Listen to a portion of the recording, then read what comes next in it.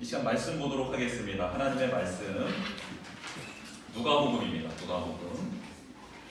누가복음 4장 1절에서 13절까지의 말씀입니다. 1절에서 2절로 나와 있는데 1절부터 13절까지의 말씀입니다. 주부에는 많은 말씀을 실을 수 없어서 간단하게 하고 읽는 것은 그렇게 하도록 하겠습니다. 누가복음 4장 1절에서 13절 한 절씩 교독하겠습니다. 제가 먼저 읽습니다. 예수께서 성령의 충만함을 입어 요단강에서 올라오사 광야에서 40일 동안 성령에게 이끌리시며 마귀에게 시험을 받으시다가 이 모든 날에 아무것도 잡수시지 아니하시니 날수가 밤에 죽이시니라. 마귀가 이르되 네가 만일 하나님의 아들이여든 이 돌들에게 명하여 떡이 되게 하라. 예수께서 대답하시되 이렇게가 사람이 떡으로만 살지 않으라. 마귀가 또 예수를 이끌고 올라가서 순식간에 천하 만국을 보이며 이르되 이 모든 권위와 그의 영광을 내가 내게 주리라. 이것은 내게 넘겨진 것이고 내가 원하는 자에게 주리라. 그러므로 네가 만일 내게 절하면 다 네 것이 되리라. 예수께서 대답하여 이르시되 기록된 바 주 너의 하나님께 경배하고 다만 그를 섬기라 하였느니라. 또 이끌고 예루살렘으로 가서 성전 꼭대기에 세우고 이르되 네가 만일 하나님의 아들이여든 여기서 뛰어내리라. 기록되었으되 하나님이 너를 위하여 그 사자를 명하사 너를 지키게 하시리라 하였고 또한 그들이 손으로 너를 받들어 네 발이 돌에 부딪히지 않게 하시리라 하였느니라. 예수께서 대답하여 이르시되 주 너의 하나님을 시험하지 말라 하였느니라. 같이 읽겠습니다. 마귀가 모든 시험을 다한 후에 얼마 동안 떠나니라. 아멘. 하나님께서 우리에게 좋은 절기를 주셨습니다. 그게 무엇이냐면 사순절입니다. 이 사순절은 예수님께서 우리를 얼마나 사랑하시는지를 깨달을 수 있고 고백할 수 있는 기간입니다. 예수 그리스도의 십자가를 묵상하는 것은 고단하고 힘들고 버거운 일이 아닙니다. 예수 그리스도의 십자가를 묵상하면 묵상할수록 우리에게 다가오는 것은 무엇이냐면 그 크신 하나님의 사랑과 예수 그리스도의 은혜입니다. 이게 막 다가오는 거예요, 저희들에게. 그래서 이 사순절을 보내면서 우리 귀한 성도님들 한 분 한 분이 그 예수 그리스도의 사랑의 깊이와 높이와 너비를 경험하게 되길 주님의 이름으로 축복합니다. 첫사람이었던 아담은 그 예수 그리스도, 마지막 아담인 예수 그리스도와 대조적인 인물로 성경에 묘사되고 있습니다. 첫사람이었던 아담은 하나님의 말씀에 불순종했습니다. 그런데 마지막 아담이신 예수 그리스도는 하나님께 순종하셨습니다. 근데 그 순종이 무엇이냐면 하나님의 뜻, 하나님의 말씀을 이루기 위하여 자기 자신의 욕망을 내려놓는 것이었습니다. 하나님께서 예수 그리스도를 이 땅에 보내시면서 한 가지 꼭 이루어야 될 것이 있다는 것을 말씀해 주셨습니다. 그게 무엇이냐면 나를 떠나버린 백성이 너를 통해 나에게 다시 돌아오길 원한다였습니다. 근데 그것을 이루기 위해서는 반드시 예수님이 통과해야 될 순종의 길이 있었는데 그게 무엇이냐면 십자가의 길이었다라는 거예요. 십자가의 길. 성경은 말합니다. 우리가 사랑받을만 해서 예수님이 우리에게 오신 게 아니라고 말합니다. 예수님은 우리를 끌어안으면 끌어안을수록 고통스러우셨던 분입니다. 우리가 예수님께 다가가면 다가갈수록 예수님은 얼마나 무겁고 힘겨웠는지 모릅니다. 그래서 우리를 사랑하셨던 예수님이 마지막에 섰던 곳이 어디입니까? 골고다 언덕이었습니다. 해골이라는 곳, 골고다 언덕, 생명이 없는 곳, 죽어 마땅한 사람들, 그들이 바로 우리였다는 것이죠. 근데 우리를 사랑하기 위해서 예수님은 골고다 언덕에 서셨습니다. 그리고 우리를 사랑하는 그 사랑의 결론, 끝은 무엇이었냐면 바로 십자가에 달려 생명을 주신 사건이었습니다. 우리는 그 예수 그리스도의 사랑을 기억해야 된다는 것입니다. C.S. 루이스는 네 가지 사랑이라는 책에서 이런 말을 했습니다. 사랑한다는 것은 상처받을 수 있는 위험에 자신을 노출시키는 행위입니다 라고 말을 했습니다. 무엇이든 사랑해 보십시오. 여러분의 마음은 분명 아픔을 느낄 것이며 어쩌면 부서져 버릴 수도 있습니다 라고 사랑에 대해서 정의를 내렸습니다. 그렇습니다. 예수님이 우리를 사랑하시기 위해서 지셨던 그 무게, 희생은 바로 십자가에서 생명을 내어주신 그 사랑이었습니다. 이제 우리는 그 예수 그리스도를 닮아갔으면 좋겠습니다. 사순절 기간 동안에 사랑할 수 없는 사람을 한번 사랑해 보셨으면 좋겠습니다. 그래서 불륜을 저지르라는 말 안 합니다. 내게 상처를 줬던 사람들 있잖아요. 내게 아픔을 줬던 사람들 있잖아요. 나는 도무지 저 사람을 용서할 수 없어, 받아들일 수 없어 라고 생각했던 그 영혼을 한번 품어보셨으면 좋겠습니다. 예수 그리스도가 나를 품어주셨던 것처럼 나도 한번 그 영혼을 품어보기를 원합니다 라고 하나님과 동행하는 사순절 기간이 되었으면 좋겠습니다. 오늘 본문에는 예수 그리스도께서 공생애를 시작하셨던 사건이 기록되어져 있습니다. 예수님은 하나님이셨습니다. 그리고 하나님의 영이 그 위에 머물렀던 예수 그리스도였습니다. 그런데 예수님께서 하나님의 뜻을 이루기 위하여 세례 요한을 찾아갑니다. 그래서 세례 요한 앞에 섰습니다. 세례 요한은 예수님을 단번에 알아보죠. 근데 예수님이 세례 요한에게 이렇게 말합니다. 나에게 세례를 베풀어 달라라고 말합니다. 세례 요한이 쌍수를 들고 만류합니다. 제가 예수님께 세례를 받아야지 어떻게 제가 예수님을 감히 세례를 줄 수 있습니까? 이거는 말도 안 됩니다. 그런데 예수님께서 너가 나에게 세례를 주는 것이 하나님의 뜻을 이루고 하나님의 말씀대로 되는 것이다. 우리 하나님의 말씀대로 순종하자라고 단호하게 부탁을 합니다. 그래서 세례 요한이 예수님께 세례를 베풀죠. 세례를 받고 올라오신 예수님은 성령 충만하십니다. 그리고 하늘로부터 들려오는 음성을 듣습니다. 너는 내 사랑하는 아들이다. 내가 너를 기뻐한다라는 음성을 듣습니다. 그리고 예수님께서 성령 충만하셔서 이제 첫 사역, 첫 사명을 감당하시려고 합니다. 우리에게 기대되는 것은 하나님의 놀라운 영광 가운데 하나님의 기적이 막 일어나는 것이 우리가 기대하는 모습일 것입니다. 많은 사람들이 성령 충만을 받기를 원합니다. 왜 받기를 원하나 물어보면 지금 내게 막혀져 있는 이 문제들이 해결되기 위해서 성령 충만을 받기를 원합니다. 성령 충만을 받아서 내 뜻이 이루어지고 내가 원하는 것들이 이루어졌으면 좋겠습니다라고 해서 성령의 충만함을 받기를 원합니다라고 그렇게 간절히 기도합니다. 그러나 성경은 성령님이 오셔서 하시는 일은 내가 원하는 것을 이루지 못하게 하려 함이라 라고 기록하고 있습니다. 성령님이 오신 이유는 우리 안에 하나님이 원하시는 일을 이루기 위해서 오셨다고 성경은 기록하고 있습니다. 성령이 예수 그리스도께 임했습니다. 그리고 성령님께서 예수 그리스도를 통하여 하나님의 뜻을 이루기 위해서 첫 번째로 하셨던 일이 무엇이냐면 예수님을 이끌고 광야로 들어가신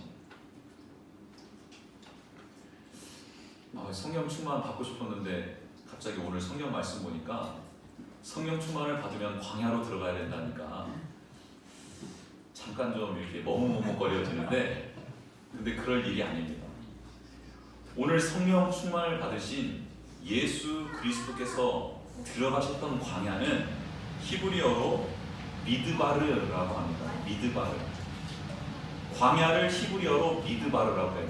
그런데 말씀, 하나님의 말씀을 히브리어로 뭐라고 하냐면 다바르라고 합니다. 미드바르, 다바르 비슷한 것 같아요? 틀린 것 같아요? 비슷한 것 같죠? 그렇죠. 그 어원이 다바르, 말씀에서 나온 그 어원들이 그렇습니다. 그래서 광야는 어떤 곳이냐? 성경에서 말할 때 광야는 나의 모든 욕망과 욕심이 최소화되고 하나님의 전능하심과 말씀은 극대화되는 곳을 광야라고 합니다. 광야는 연간 강수량이 300ml밖에 되지 않습니다. 거의 물이 없는 곳이죠. 그래서 농경 생활을 할 수 없습니다. 구의 축적을 이룰 수가 없는 곳이에요. 가끔은 그 빛 가운데 솟아난 들풀, 풀 있잖아요. 풀을 찾아 떠돌아다니는 것이 광야입니다. 정착할 수 없고 불을 축적할 수 없습니다. 그리고 있는 것에 자족할 수밖에 없는 곳이 광야입니다. 그리고 인간의 힘으로는 살아갈 수 없는 곳이 광야였기 때문에 하나님의 말씀, 그 전능하심에 집중할 수 있는 곳이 광야입니다. 그래서 예수 그리스도께서 성령 충만하셔서 첫 번째 장소로 선택한 곳, 성령님이 예수 그리스도를 이끌어 가신 곳이 어디냐면 바로 광야입니다. 만약에 우리 인생 가운데 나의 모든 것을 내려놓고 하나님께 집중할 수 있는 광야의 시간이 없다면 우리는 예수 그리스도를 쫓아갈 수 없고 닮아갈 수 없습니다.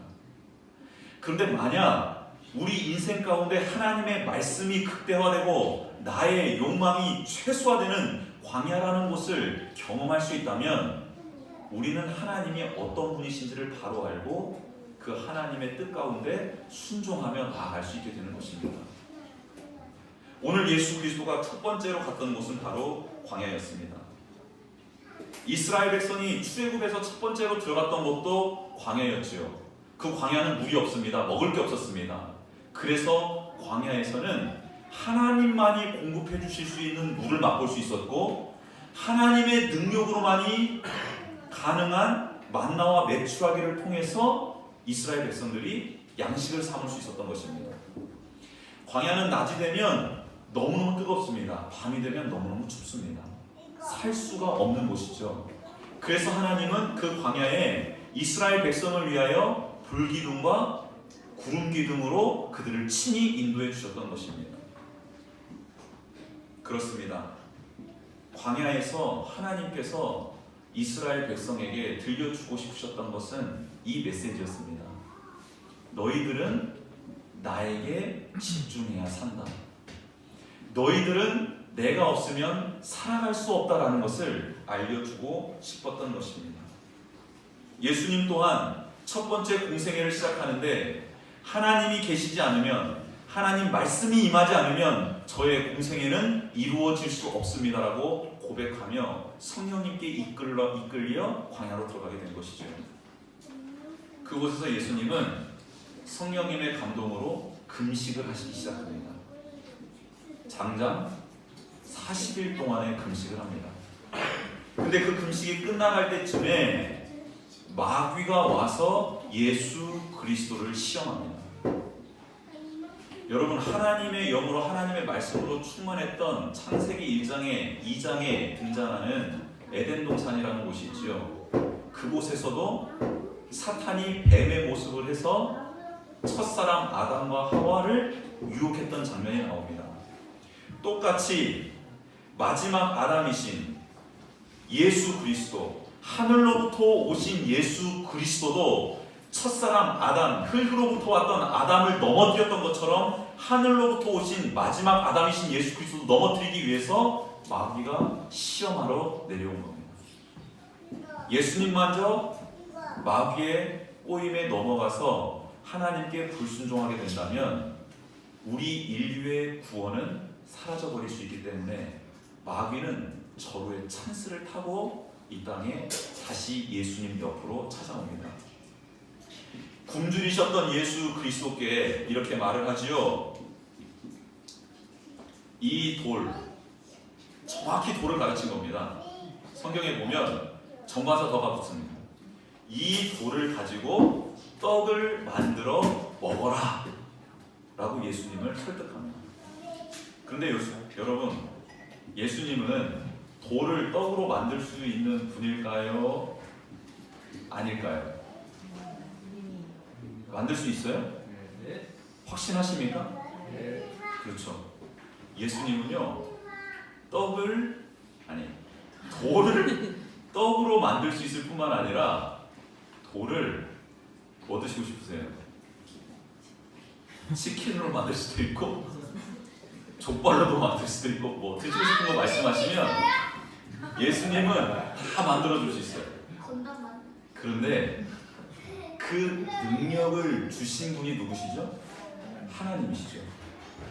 즉 하나님이 주신 능력을 가지고 하나님의 뜻을 이루어야지, 하나님이 주신 능력을 가지고 나의 욕망을 채우는 것은 하나님께 불순종하는 것입니다.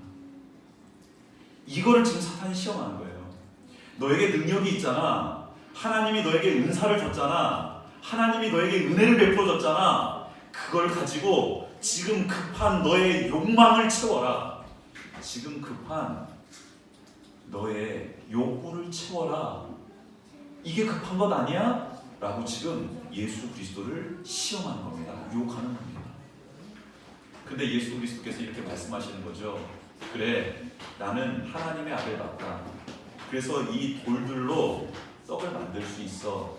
그런데 하나님이 내게 주신 이 능력은 하나님의 말씀을 이루고 하나님의 뜻대로 살아가는 순종의 길 가운데 쓰라고 주신 능력이지, 나의 배고픔을, 나의 욕구를, 나의 욕망을 채우라고 주신 능력이 아니야 라고 말씀하시면서 사람이 떡으로만 사는 게 아니다라고 물리쳐버립니다.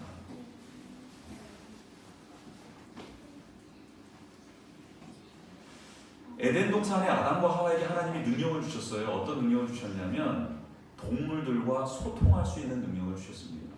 그렇죠? 하와에게 말을 걸어왔던 게 누구예요? 뱀이에요, 뱀. 그리고 여러분 놀랍게도 동물들의 이름, 에덴 동산에 있었던 그 많은 동물들의 이름을 누가 지어줬게? 아담이 지어줬어요. 코끼리한테 야 너 와. 그러면 코끼리가 뭐 한 거예요? 온 거예요. 그래서 야 너는 코가 참 길구나. 너 코끼리. 그러면 코끼리 하고 간 거예요. 여러분 놀라운 일이죠. 이 능력이잖아요, 능력. 그리고 하나님께서 아담과 하와에게 주신 최고의 능력, 은혜가 뭔지 아십니까? 자유의지예요. 자유의지. 자유롭게 돌아다녀라. 먹고 싶은 거 먹어라. 하고 싶은 거 해라. 라는 이 자유였어요. 근데 하나님이 주신 이 은혜와 능력을 가지고 뱀과 소통하며 그 자유의지로 하나님의 말씀에 순종해야 될 그 능력을 가지고 자기의 욕망을 채우는 것을 써먹었다라는 겁니다. 그래서 멸망한 거예요. 사랑하는 성도 여러분, 여러분에게 하나님이 주신 은사와 능력은 무엇입니까? 하나님께서 주신 은혜는 무엇입니까? 그걸 가지고 혹시 마귀의 꼬임에 넘어가서 내 배를 채우고 나의 욕구를 채우고 나의 욕망을 채우고 내 비전을 이룬다라는 그 명목하에 그 모든 것들을 써먹고 있는 것은 아닙니까? 정말 하나님의 뜻을 이루기 위하여, 하나님이 안타까워하는 것을 위하여, 그것을 위하여 사용하고 있습니까? 그것을 위하여 내가 헌신하고 있습니까? 그것을 위하여 내게 주신 것을 하나님께 돌려드리고 있습니까? 예수님은 오늘 마귀에게 말합니다. 내게 주신 능력으로, 하나님이 내게 주신 능력으로 나는 나의 욕구를 채우는데 우선순위로 두지 않겠다. 반드시 하나님의 뜻을 이루는데 먼저 이것을 다 사용할 것이다 라고 선포하고 있는 것입니다. 이렇게 선포했던 예수 그리스도, 그 예수 그리스도를 빨리 떠나갔으면 좋겠는데 마귀는 떠나지 않고 예수 그리스도께 다시 한번 유혹을 합니다. 어떻게 유혹을 합니까? 순식간에 천하만국을 다 보여줍니다. 그러면서 이것이 다 내 것인데 너가 나에게 절을 하면 내가 이 모든 것을 너에게 주겠다라고 말합니다. 그런데 여러분, 이 천하만국은 누구의 것이죠? 그렇죠. 그럼 마귀가 뭐 한 거죠? 지금 그것을 살짝 훔친 겁니다. 훔친 거예요. 살짝 훔친 건데 이 훔친 걸 가지고 마치 자기 것인 양 보여주면서 이 보이는 것들을 다 너한테 주겠다라고 말을 하는 거예요. 여러분, 눈에 보이는 것, 눈에 보이는 대로 살아가기를 지금 마귀가 부추기고 있는 것입니다. 눈에 보이진 않는 하나님보다는 눈에 보이는 물질이, 명예가, 힘이, 권력이 더 중요한 것 아니냐? 너는 이 땅에 온 목적이 이 모든 세상을 하나님 나라로 만들려고 온 것 아니냐? 그러니 내가 줄게. 이거 다 하나님의 나라로 만들어. 그 대신 이거 갖기 전에 나한테 절을 해 라고 말합니다. 목적을 위해서 수단은 변형되어도 상관없다라고 마귀가 꼬시는 거예요. 목사님, 저는 정말 우리 교회가 하나님의 뜻을 이루는 데 있어서 물질이 필요하다고 봅니다. 목사님, 저를 위해서 기도해 주세요. 제가 하나님의 영광을 드러내기 위해서 많은 물질을 벌어서 교회에다 바치겠습니다. 아주 좋은 뜻이죠. 근데 이 뜻을 이루기 위해서 예배를 소홀히 여깁니다. 묵상을 하지 않아요. 소그룹 나눔을 하지 않아요. 기도를 하지 않아요. 하나님의 나라 확장을 위해서 하나님 앞에 나와 하나님을 경배하는 것이 아니라 하나님 나라 확장을 위해서 물질을 우상 삼아 그것을 쫓아 살아가고 있다고 한다면 그게 지금 바른 신앙이냐라고 오늘 성경은 우리에게 묻고 있는 것입니다. 여러분, 이스라엘 백성이 출애굽해서 보이지 않는 하나님을 예배하고 그 하나님을 섬기라는 중엄한 말씀을 받았습니다. 그런데 모세가 하나님을 만나러 올라가서 40일 동안 내려오지 않자 이스라엘 백성들이 무엇을 하냐면 눈에 보이지 않는 하나님, 그리고 진리이고 두려우신 그분 말고 눈에 보이는 신을 내게 달라. 그리고 내가 원하는 것을 이룰 수 있도록 나를 도와주는 신을 내 눈앞에 보이게 해달라고 아론에게 부탁을 하죠. 그래서 아론이 무엇을 만드냐면 금송아지를 만듭니다. 금송아지를 만들어 놓고 이게 바로 애굽에서 너희들을 이끌어낸 신이다, 경배하라라고 합니다. 근데 그 앞에서 이스라엘 백성들이 뭐 한 줄 아시죠? 놀고 먹고 마시고 춤추고 자기의 욕구를 다 푸는데 황금 송아지 앞에서 그 일들을 해나가고 있습니다. 하나님이 대노를 하시죠. 그래서 모세한테 이렇게 말합니다. 내려가라, 내려가라. 지금 나를 섬기라고 나만 바라보라고 했던 백성들이 금송아지를 만들어 놓고 자신들의 욕망을 채우고 있다. 내가 그들을 다 진멸해 버리겠다고 말씀하시죠. 사랑하는 성도 여러분, 우리는 하나님만을 섬겨야 됩니다. 하나님께만 예배해야 됩니다. 하나님 외의 것을 주인 삼아서는 하나님보다 더 무언가를 좋아해서는 절대 되지 않습니다. 근데 사탄은 이 길이 더 하나님을 잘 섬길 수 있는 길이야라고 말을 합니다. 이 길이 더 하나님께 영광 돌릴 수 있는 길이야 라고 말을 하며 하나님과 점점 멀어지게 만든다는 것입니다. 출애굽기 23장 20절부터 이런 말씀이 있습니다. 제가 읽어드리겠습니다. 하나님께서 모세에게 하셨던 말씀입니다.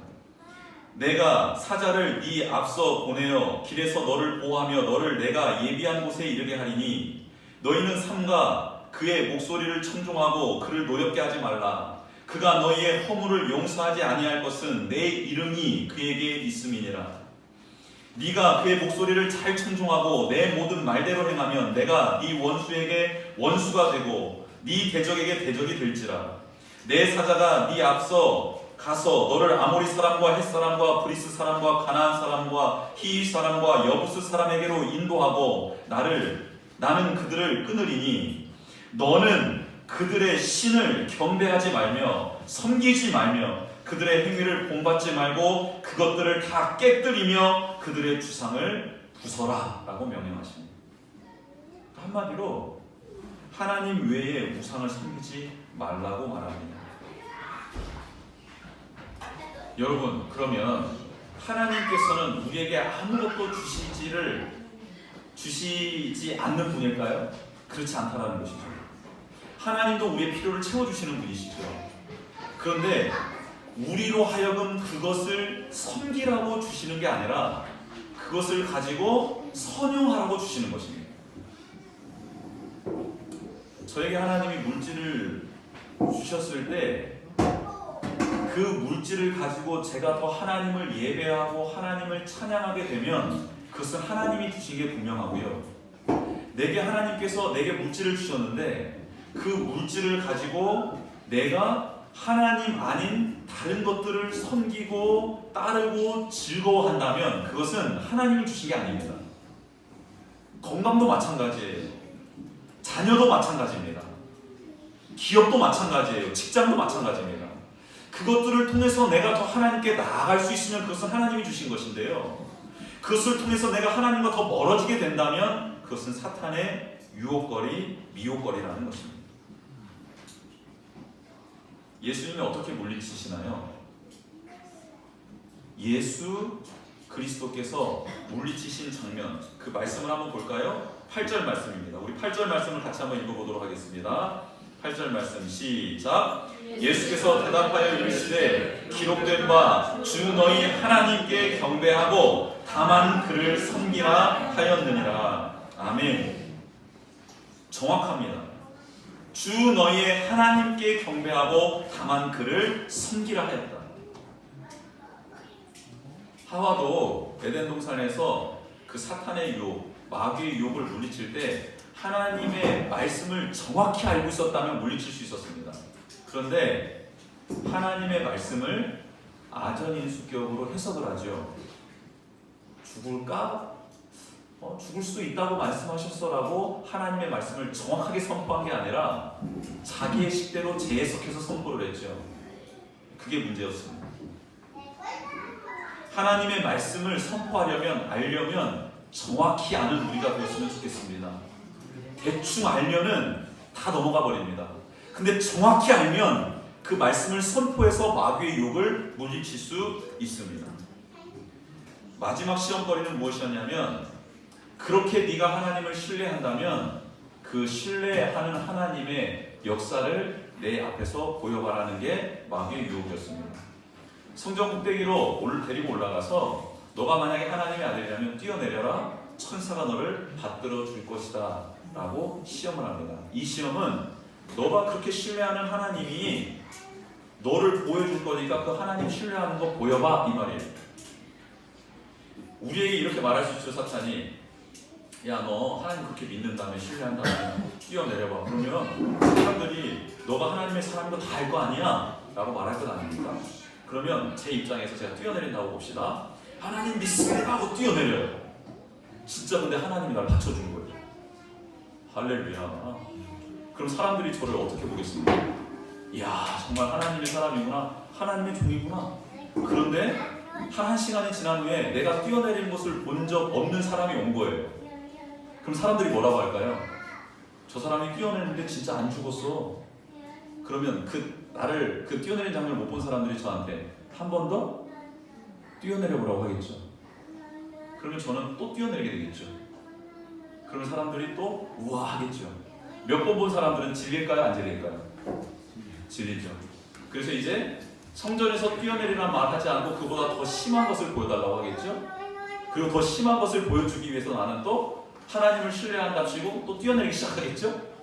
그러면 사람들은 하나님을 바라보게 될까요? 뛰어내린 저를 바라보며 저를 우상시하고 저를 신격화시킬까요? 그렇죠. 두 번째 일입니다.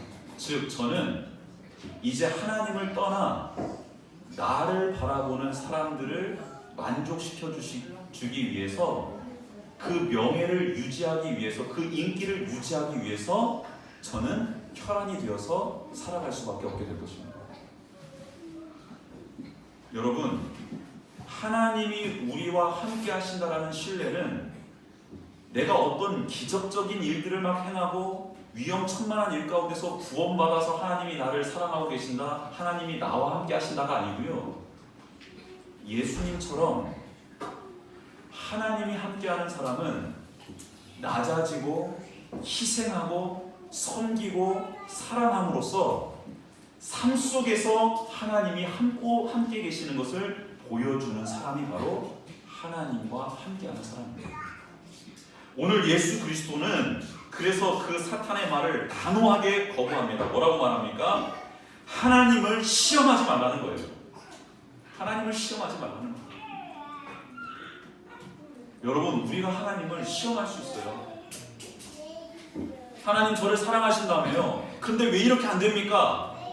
라고 하나님을 시험할 수 있어요. 그런 게 아닙니다. 하나님이 나와 함께 하시는 그 위기의 순간을 세상 사람들과 다르게 바라볼 수 있는 게 하나님이 나와 함께 하신다는 증거입니다. 위기의 순간이 모면되어지는 게, 나에게 어려운 일들이 닥치지 않는 게 하나님이 나와 함께 하는 것이 아니고, 그 순간에 다른 말을 하는 게 하나님이 나와 함께 하시는 거예요. 다른 생각을 하는 게 하나님이 나와 함께 하시는 겁니다. 그 일을 헤쳐나가는데 표정이 다른 게 하나님이 나와 함께 하시는 거예요. 이게 하나님이 나와 함께 하시는 거지, 그 일들이 사라져버리는 것, 기적적으로 뭐가 한번 고쳐지는 것, 기적적으로 나의 어려운 순간이 막 사라져버리는 게, 이게 하나님이 나와 함께하는 게 아니더라는 것입니다. 예수님은 그래서 십자가를 지실 수 있었던 거예요. 묵묵히 그 길을 걸어가실 수 있었던 것입니다. 배반을 해도 용서할 수 있었던 것입니다. 왜요? 그게 바로 하나님이 예수 그리스도와 함께 하신다는 증거였기 때문입니다. 우리의 삶 가운데 어려운 일들이 있습니다. 이 일들 사라지는 게 하나님이 나와 함께하는 게 아니에요. 이 상황 가운데 다른 고백을 하고 다른 말을 하게 되는 것, 이게 바로 하나님이 나와 함께 하신다는 증거고, 이 상황 가운데서도 내가 예수 그리스도를 닮아가기 위해서 몸부림칠 수 있다는 게, 이게 하나님이 우리와 함께 하신다는 증거입니다. 사랑하는 성도 여러분, 우리 다른 생각하지 마십시다. 성전에서 막 뛰어내리고 발이 부딪히지 않아서 사람들이 나를 하나님 믿는 사람이다, 이런 거 말고요. 똑같이 살아가는데, 그래서 똑같이 눈물 흘릴 상황인데, 어려운 상황인데, 그 상황 가운데서 그 사람들의 손을 잡고 하나님이 우리와 함께 하셔서 우리는 이렇게 될 수 있습니다라고 말해줄 수 있는 사람, 그리고 실질적으로 그런 삶을 살아낼 수 있는 사람, 예수 그리스도를 닮아가는 저희 모두가 되기를 주님의 이름으로 축복합니다.